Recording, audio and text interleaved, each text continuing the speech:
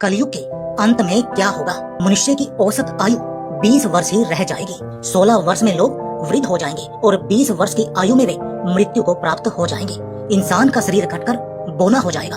ब्रह्मवैवर्त पुराण में बताया गया है कि कलयुग में ऐसा समय भी आएगा जब इंसान की उम्र बहुत ही कम रह जाएगी, युवावस्था समाप्त ही हो जाएगी। कलयुग के प्रभाव से प्राणियों के शरीर छोटे छोटे, क्षीण और रोगग्रस्त होने लगेंगे। श्रीमद् भगवत के 12 स्कंद में कलयुग के धर्म के अंतर्गत श्री सुखदेव परीक्षित जी कहते हैं, जो जो घोर कलयुग आता जाएगा त्यों तो ही उत्तरोत्तर धर्म, सत्य, पवित्रता, क्षमा, दया, आयु, बल और स्मरण शक्ति का लोप होता जाएगा। लोगों की आयु भी कम होती जाएगी जब कलिकाल बढ़ता चला जाएगा। कलयुग के अंत में जिस समय कल की अवतार अवतरित होंगे उस समय मनुष्य की परम आयु केवल 20 या 30 वर्ष ही रह जाएगी। जिस समय कल की अवतार आएंगे 4 वर्णों के लोग शूद्रों यानी कि बोने के समान हो जाएंगे। गाय भी बकरियों की तरह छोटी छोटी और कम दूध देने वाली हो जाएगी।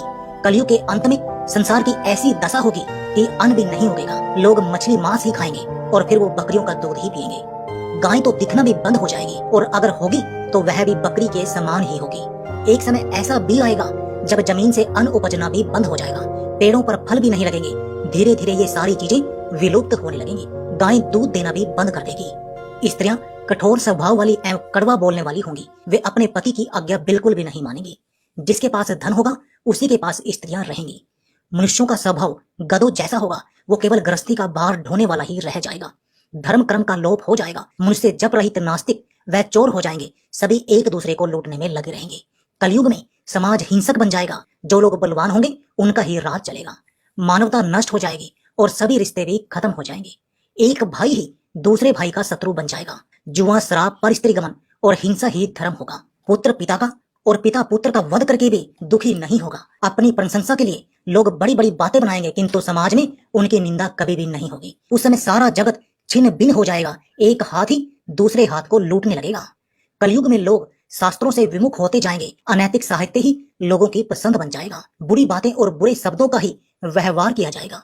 स्त्री और पुरुष दोनों ही अधर्मी हो जाएंगे। स्त्रियां पत्नी धर्म का पालन करना बिल्कुल बंद कर देंगी। पुरुष भी ऐसा ही करेंगे। स्त्री और पुरुषों से संबंधित सभी वैदिक नियम विलुप्त हो जाएंगे। बहुत काल तक सूखा रहने के बाद कलयुग में अंतिम समय में बहुत मोटी धारा से लगातार वर्षा होगी, जिससे कि चारों ओर पानी ही पानी हो जाएगा। समस्त पृथ्वी पर जल हो जाएगा और प्राणियों का भी अंत हो जाएगा। इसके बाद एक साथ 12 सूर्योदय होंगे। उनके तेज से यह पृथ्वी भी सूख जाएगी। कलयुग के अंत में भयंकर तूफान और भूकंप भी चला करेंगे। लोग मकानों में नहीं रहेंगे। लोग मकान की जगह गड्ढे खोद कर रहेंगे।